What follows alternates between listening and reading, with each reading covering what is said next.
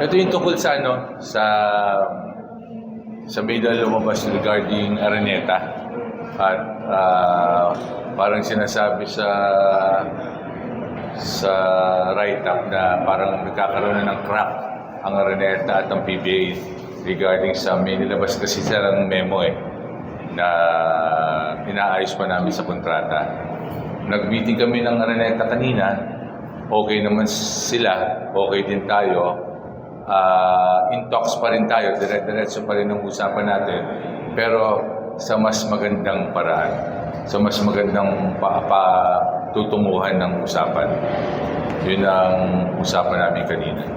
So, kasi baka mag-alala yung maging sponsors natin na mawala tayo sa Araneta, mawalang LED. Hindi po.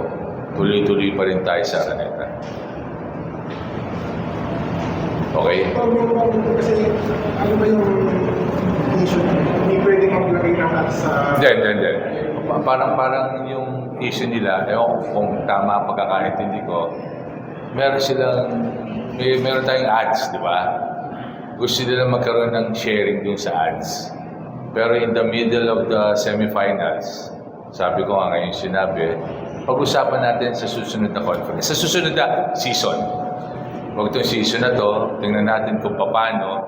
Nag-usap na, okay naman sila. Okay naman sila. Diretso pa rin tayo dito din ang rookie draft natin sa Farmers yata. Farmers nga. Basta meron daw ang rookie draft. Tapos, yun ang ating hinano. Yung April 9, sabi ko na sa inyo, may plano tayo, di ba sinabi ko sa inyo, magre-retro tayo. Kakusapin ko pag may mga teams, baka maglaro tayo sa April 9 sa Rizal. Kinakausap pa din namin ang Rizal. Ang maglalaro, tinitingnan pa rin natin. Nasa planning stage tayo. San Miguel at Meralco. Suot nila yung retro jersey nila nun.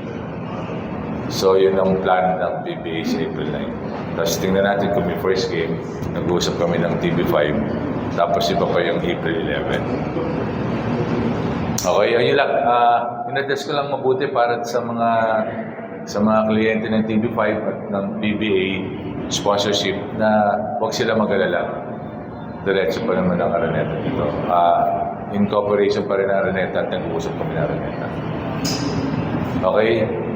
Thank you. Maraming salamat.